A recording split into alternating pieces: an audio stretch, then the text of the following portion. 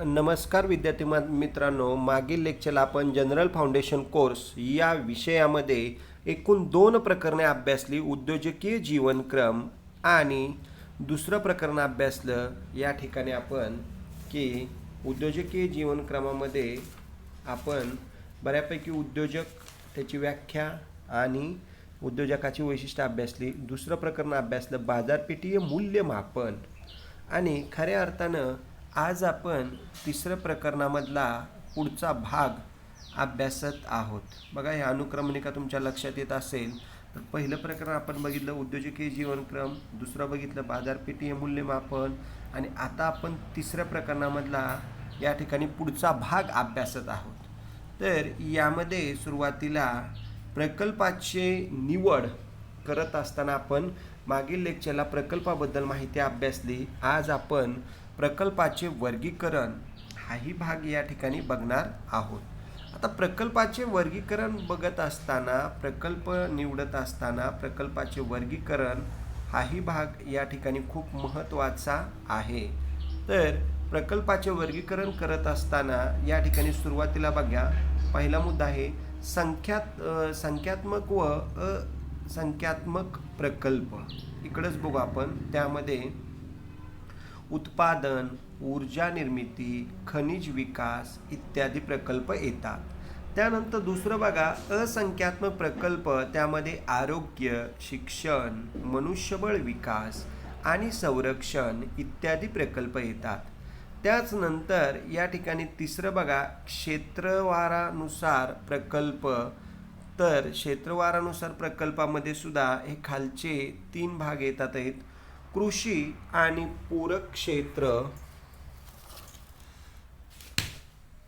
त्याचबरोबर सिंचन आणि वीज, तसेच या ठिकाणी उद्योग, खाण क्षेत्र आणि सामाजिक सेवा, त्याचबरोबर या ठिकाणी इतरही काही क्षेत्र त्यामध्ये येतात, ते आपल्याला दिसत आहे. हे झालं, हे क्षेत्र बघितले. आता नेक्स्ट आपण पुढचं बघा तांत्रिक आर्थिक प्रकल्प. त्यामध्ये घटक तीव्रता प्राधान्य, हेतू प्रदान आणि आकारमान प्रधान. तर अशा पद्धतीने हेही आपण प्रकल्प अभ्यासलेले दिसत आहेत. त्याचबरोबर या ठिकाणी वित्तीय संस्थांद्वारे वर्गीकरण. त्यामध्ये नवीन विस्तारीकरण, विविधीकरण, आधुनिकीकरण प्रकल्प हे यामध्ये येतात. आणि सगळ्यात शेवटी या ठिकाणी जो महत्त्वाचा भाग आहे तो अन्य प्रकल्प. आता अन्य प्रकल्पामध्ये या ठिकाणी वेगवेगळे प्रकल्प आपल्याला अभ्यासायचे आहेत. की यामध्ये तुम्हाला सेवा उद्योग, कल्याण योजना, शैक्षणिक संशोधन प्रकल्प. तर अशा प्रकारे आपल्याला हे जे प्रकल्प आपण बघितलेले आहेत ते प्रकल्पाचे वर्गीकरण या हेडिंगमध्ये अभ्यासायचे आहेत. आता आपल्याला या सर्वांची माहिती अभ्यासत असताना तुम्हाला या ठिकाणी टेक्स्टबुकमधलंच हे पेज घेतलेलं आहे PPTला, कारण माहिती भरपूर आहे. तर त्यामध्ये पहिला मुद्दा बघा संख्यात्मक, एक टायटल बघा संख्यात्मक व असंख्यात्मक प्रकल्प. तर संख्यात्मक व असंख्यात्मक प्रकल्प त्यामध्ये या ठिकाणी वेगवेगळे प्रकल्पांचे निवड यामध्ये केली जाते. ज्या प्रकल्पामध्ये प्रत्येक पैलू आणि मुद्द्यांचे रूपांतर संख्येमध्ये, आकडेमध्ये व मोजमापानुसार परिणामामध्ये दिसून देता येऊ शकते, त्या प्रकल्प संख्यात्मक प्रकल्प असे आपल्याला म्हणता येणार आहे. आणि असंख्यात्मकमध्ये उत्पादन, ऊर्जा निर्मिती इत्यादींचा समावेश होणार आहे. आता दुसरं बघा क्षेत्रवार किंवा विषयवार प्रकल्प. आता क्षेत्रवारमध्ये भारत सरकार व राज्य सरकार यांचे वर्गीकरण वापरण्यात आलेले आहे. त्यामध्ये कृषी आणि पूरक क्षेत्र, सिंचन आणि वीज क्षेत्र, उद्योग आणि खाण क्षेत्र, वाहतूक आणि दळणवळण क्षेत्र, त्याचबरोबर अवांतर क्षेत्र इत्यादींचा सुद्धा यामध्ये समावेश दिसून येतो. त्यानंतर तिसरं बघा, तांत्रिक आर्थिक प्रकल्प. तांत्रिक आर्थिक प्रकल्पामध्ये काही वेळा प्रकल्पांचे वर्गीकरण तांत्रिक घटकांमध्ये केले जाते. त्यामध्ये भांडवल प्रधान प्रकल्प, मनुष्यबळ प्रधान प्रकल्प, हेतू प्रधान प्रकल्प, तर अशा प्रकल्पांचा या ठिकाणी समावेश आपल्याला दिसून येतो.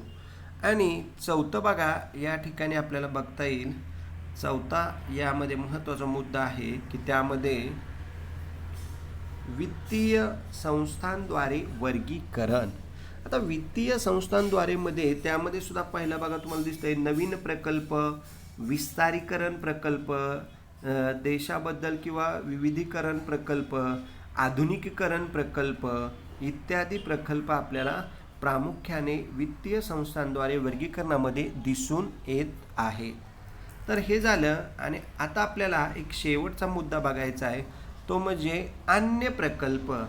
आता इतरही प्रकल्प हे या ठिकाणी आपण बघितलेलंच आहे डायग्राममध्ये, की त्यामध्ये सेवा उद्योग प्रकल्प, कल्याण योजना प्रकल्प, त्याचबरोबर शैक्षणिक प्रकल्प आणि संशोधन आणि विकास प्रकल्प हे या अन्य प्रकल्पामध्ये दिसून येत आहे. तर अशा प्रकारे प्रकल्पांचं वर्गीकरण आणि त्यामध्ये येणारे घटक आपण या ठिकाणी अभ्यासलेले आहेत. आता आपल्याला त्याच्याच पुढचा भाग याच PPTचा बघायचा आहे, तो म्हणजे प्रकल्पाची निवड. लक्षात घ्या, आता प्रकल्पाची निवड करत असताना लक्षात घ्या, सुरुवातीला प्रकल्पाची निवड प्रक्रियेत उद्योजकाला वेगवेगळ्या कल्पना सुचतात आणि त्या कल्पना उद्योजक या ठिकाणी नवीन कल्पना, नवीन संशोधन करून या ठिकाणी नवीन कल्पना स्वतःच्या आयडियानुसार या ठिकाणी त्या पद्धतीने त्या प्रकल्पाची निवड करत असतो. आता तिथं बघा या ठिकाणी दिसतंय की तो निवड करत असताना लक्षात घ्या, भांडवल, कच्चा माल, मनुष्यबळ या सर्व या ठिकाणी गोष्टी आपल्याला प्रकल्पाची निवड करताना विचारात या ठिकाणी येताना दिसत आहेत. त्यामध्ये बाजारपेठ, मनुष्यबळ, कच्चा माल, त्याचबरोबर आवश्यक साधने, ज्ञान, अनुभव, तंत्रज्ञान, भांडवल या सर्व व उद्योजकांची क्षमता याचं नियोजन करून प्रकल्पाची अंतिम निवड या ठिकाणी उद्योजक करत असतो. पण ती निवड करत असताना पुढील 4 घटक महत्त्वाचे आपल्याला दिसतात. या ठिकाणी पहिला घटक बघा, जास्तीत जास्त नफा देणारा प्रकल्प. म्हणजे एखादा उद्योजक प्रकल्प निवडत असताना, व्यावसायिक प्रकल्प निवडत असताना कमीत कमी गुंतवणूक व जास्तीत जास्त नफा देणारा कोणता प्रकल्प आहे याच्यावरती तो भर देत असतो. लक्षात घ्या, त्याचा सखोल अभ्यास करत असतो आणि अशा प्रकल्प तो शोधून त्या प्रकल्पाची तो निवड करत असतो. आता दुसरा या ठिकाणी बघा, बाजारपेठ व संभाव्य मागणी. प्रकल्पाची निवड करत असताना आपल्या जो काय प्रकल्प आपण निवड करणार आहे त्यामध्ये जी वस्तू तयार करणार आहे त्या वस्तूमध्ये बाजारपेठेतली या ठिकाणी मागणी कशी असणार आहे, भौगोलिक विस्तार, ग्राहकांच्या अपेक्षा, स्पर्धा, किंमत, जाहिरात, विक्री, वितरण प्रणाली, बाजारपेठ, डावपेच इत्यादीची तो माहिती घेत असतो आणि मग खऱ्या अर्थानं प्रकल्पाची निवड तो करत असतो. आता तिसरा बघा, उत्पादन घटकांची उपलब्धता. तर उत्पादन घटक या ठिकाणी महत्त्वाचे आहेत. उत्पादन घटक सुद्धा आपल्याला प्रकल्प निवडत असताना खूप महत्त्वाचे आहेत. प्रकल्पाची निवड करत असताना उत्पादन घटकामध्ये त्यामध्ये बघा, भांडवल, कच्चा माल, यंत्रसामग्री, मनुष्यबळ, तंत्रज्ञान, त्याचबरोबर लागणारी मशिनरी हेही घटक या ठिकाणी तो वेळ प्रसंगानुसार भांडवलाचा वापर करून आपल्या प्रकल्पामध्ये आवश्यक असणारे घटक विचारात घेतो आणि मग आपल्या प्रकल्पाची तो निवड करत असतो. तर या ठिकाणी हे झालं. आता नेक्स्ट PPT होती बघा, या ठिकाणी लक्ष द्या की स्पर्धक लक्षात घ्या. आता स्पर्धक प्रकल्पाची निवड करत असताना आपण कोणती वस्तू बनवणार आहे, आपल्याला कोणकोणते स्पर्धक मार्केटमध्ये आहेत, उत्पादक कोण आहेत, हेही या ठिकाणी खूप महत्त्वाचं आपल्याला विचारात घ्यावं लागतं. त्यामुळं स्पर्धकसुद्धा महत्त्वाचे आहेत आणि त्यांचा विचार आपण करणं गरजेचं आहे. प्रकल्पाची निवड करताना तो पण घटक महत्त्वाचा आहे. त्यानंतर 5वं आहे बघा, औद्योगिक धोरण व शासकीय सोयी सवलती. की या ठिकाणी औद्योगिक धोरण निवडत असताना आपल्याला कोणकोणत्या सवलती आहेत, गव्हर्नमेंटनी कोणकोणत्या सवलती आपल्याला या ठिकाणी मान्यता दिलेल्या आहेत, याही विचारात घेणं खूप महत्त्वाचं आहे. त्यामुळं इतर शासकीय सोयीसुविधांचा विचार करूनच आपण प्रकल्पाची आपल्या निवड करणं आवश्यक आहे. त्याचबरोबर 6वं बघा, योग्यता विश्लेषण. आता योग्यता विश्लेषण करत असताना प्रकल्प निवडताना उद्योजकाने स्वतःची योग्यता व क्षमता तपासणे या ठिकाणी खूप महत्त्वाचे आहे. आपल्या जवळील भांडवल, बाहेरून उभारावयाचे कर्ज, प्रकल्प यशस्वीपणे चालू शकतो काय, आणि पर्यावरण यांचा सुद्धा विचार करून खऱ्या अर्थानं प्रकल्पाची निवड करणं खूप महत्त्वाचं आहे. 7वं बघा, आर्थिक घडामोडी व सभोवतालचे वातावरण. प्रकल्प निवडत असताना या ठिकाणी राष्ट्रीय व आंतरराष्ट्रीय स्तरावर होणाऱ्या घडामोडी यांचा सुद्धा अभ्यास या ठिकाणी प्रकल्पाची निवड करताना करणं गरजेचं आहे. त्याचबरोबर उद्योजकांच्या जमेच्या बाजू कोणत्या, कमकुवत बाजू कोणत्या, प्रगतीच्या संधी कोणत्या, व्यवसायातील अडथळे कोणते, याचे सुद्धा ज्ञान असणं खूप महत्त्वाचं आहे. त्याचबरोबर आता बघा पुढं 8वा मुद्दा आहे तुमचा सामाजिक हित. समाजाचं हित सुद्धा या ठिकाणी महत्त्वाचं आहे. आपण एखादा प्रकल्प निवडत असताना समाजामधल्या वेगवेगळे घटक यांचा सुद्धा अभ्यास आपण करणं गरजेचं आहे. आपण जी वस्तू उत्पादित करणार आहोत त्यामधून समाजाची गरज भागवली जात आहे का, समाधान होत आहे का, रोजगार निर्मिती होत आहे का, त्याचबरोबर तो प्रकल्प सर्वांना उपयुक्त आहे का, आणि अंतिम उद्दिष्ट आपल्याला त्या प्रकल्पापासून जास्तीत जास्त नफा मिळू शकतो का, याचाही विचार या ठिकाणी प्रकल्पाची निवड करत असताना खूप महत्त्वाचा आहे.